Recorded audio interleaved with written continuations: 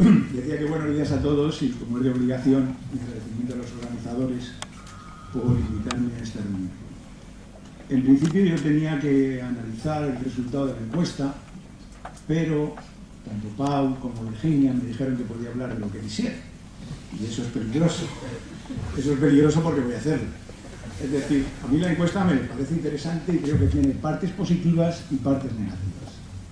La parte positiva es la preocupación por el tema energético, que es importante, la sensibilización hacia el ahorro, hacia la mayor eficiencia en el uso de la energía, hacia el uso de energías limpias, a la reducción de impacto ambiental.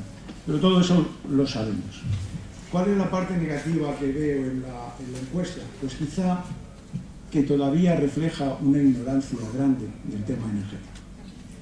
Y entonces, en ese sentido, creo que todos somos un poco culpables y que deberíamos intentar cuantificar el tema. Quizá esto es una deformación profesional de los investigadores, de los físicos, de los ingenieros, que el algo, el un poco, el bastante, no son unidades que manejemos con facilidad. Preferimos que nos digan un 10%, un 20%, un 50%, un 27%. Y eso a veces no se dice. Y por lo tanto, con eso se pueden caer en errores, porque se puede confundir lo necesario con lo suficiente. Yendo al tema de la sostenibilidad energética, aparte del tema de sostenibilidad, habría que discutirlo en detalle, qué significa para cada uno, pero viendo ese tema y apoyándome en datos, porque creo que es lo importante, utilizar datos, y apoyándome en datos oficiales de la Agencia Valenciana de la Energía, que publica anualmente un informe de los datos energéticos de esta comunidad, que recomiendo la lectura al que no lo haya hecho, porque está muy bien documentado cómo estamos consumiendo energía y cómo estamos obteniendo. En esos datos lo que yo veo es que un 72% de nuestra energía consumida procede del exterior. Incluso se ha dicho aquí un 90 y tantos, pero la diferencia es que, utilizando la normativa de la Agencia Internacional de la Energía, la nuclear no se considera dependencia exterior. Entonces, esa dependencia exterior viene fundamentalmente de combustibles fósiles, petróleo un 38%, gas natural un 27% y electricidad, que importamos porque no producimos suficiente, un 7%. Por lo tanto, 3/4 partes de la energía que consumimos representa que vienen del exterior. Entonces, cuando hablamos de no ser dependientes energéticamente para ser sostenibles, tenemos que ver cómo sustituimos esa energía, de dónde la obtenemos. Y tenemos que cuantificar cualquier solución que estemos proponiendo para saber en qué fracción reducimos eso. Para no caer en eso, es decir, yo voy a hacer esto y ya está resuelto. No, yo voy a hacer esto y representa un tanto por ciento de tanto. Y entonces veré que es necesario hacerlo, no estoy diciendo que no lo sea, pero que no es suficiente y hay que hacer más cosas.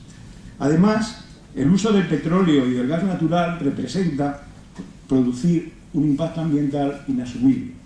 Estamos emitiendo CO2 muy por encima, duplicando las emisiones de 1990 y no cumpliendo con los compromisos adquiridos.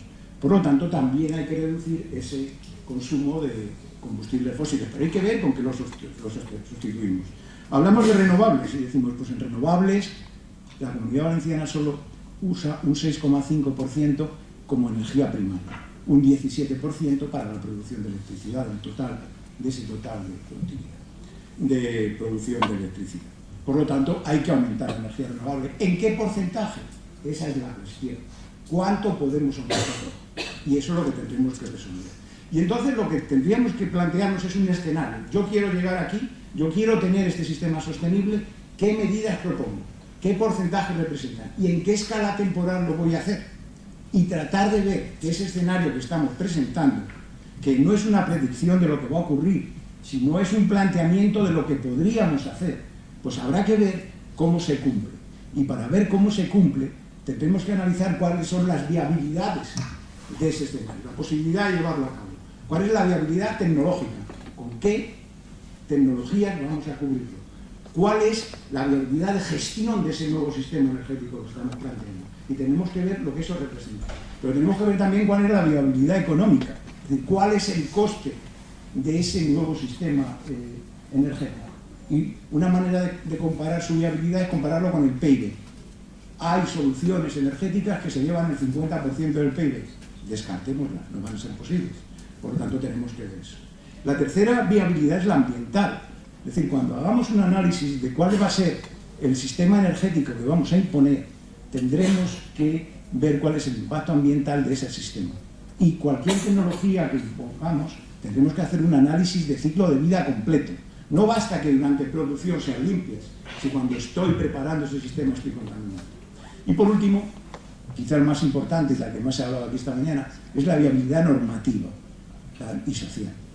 ¿Qué normas necesito? ¿Qué leyes necesito implantar para que eso sea viable? ¿Y cuál va a ser la aceptación social de esa normativa? Y con eso, antes de que me saquen un cartelito, voy acabando. Voy a hacer 3 breves comentarios. He hecho el comentario de que no confundamos lo necesario con lo suficiente. También podría decir, no rechacemos lo necesario porque no sea suficiente, sino hagámoslo. Y muchas propuestas, que se han hecho aquí esta mañana, son importantes, pero mi opinión como técnico es que no son suficientes. La segunda es eliminar la central nuclear de Cofrentes. Vamos a ver, esta comunidad produce el 93% de la electricidad que consume, necesita un 7%, pero resulta que esa electricidad que produce, que no es suficiente, el 50%, casi el 44%, procede de Cofrentes. Entonces, decir, voy a cerrar Cofrentes quiere decir cómo consigo generar la electricidad, la mitad de la electricidad que necesito. ¿Cómo la sustituyo? Entonces, eso hay que planificarlo en un campo temporal. A ver, ¿cómo voy a ir sustituyendo esa energía? Eso hay que plantear. Y por lo tanto, el segundo escenario, el segundo comentario, viene sobre las renovables. Al decir que vamos a aumentar muchísimo las renovables, tenemos que tener en cuenta el impacto que ese aumento tiene sobre el sistema. Las renovables tienen un defecto, tienen muchas virtudes. Yo trabajo en renovables, o sea, no soy sospechoso de no creer en ellas. Pero tienen un defecto, y es que son poco fiables. Y por lo tanto, nuestro sistema energético no puede estar al albur de que hoy sople el viento o de que mañana haga sol. Necesitamos garantizar esa fiabilidad. Y para eso necesitamos hacer investigación. Aquí llevo el asco a mi sardina. Necesitamos hacer investigación en sistemas renovables fiables, que ya les digo que serán posiblemente sistemas renovables híbridos con almacenamiento. Y segundo, necesitamos hacer investigación del impacto de esas fuentes renovables en el sistema de transmisión eléctrica y ver hasta qué punto el sistema puede soportar eso. Por lo tanto, segunda reflexión, hagamos investigación, financiemos la investigación, pero financiémosla de verdad. No digamos, voy a subir el presupuesto en I+D+I, que yo lo llevo oyendo desde que hice la primera comunión, y luego no lo sube. Por favor. Y la tercera reflexión es, señores, hagamos en cualquier propuesta una definición del escenario de lo que queremos cumplir. Pongámoslo como anexo. Mis alumnos en el máster de tecnología energética lo hacen. No hacen una propuesta, proponen un escenario y lo analizan en profundidad. Hagamos ese análisis de ese escenario y pongámoslo como anexo a nuestra propuesta, porque será la manera de confirmar si eso es viable o no y de dar seriedad a nuestra propuesta. Y por lo tanto, les propongo que pongan un técnico en su grupo a trabajar en ese tema o utilicen los técnicos disponibles que estamos en esta universidad a su disposición para ello.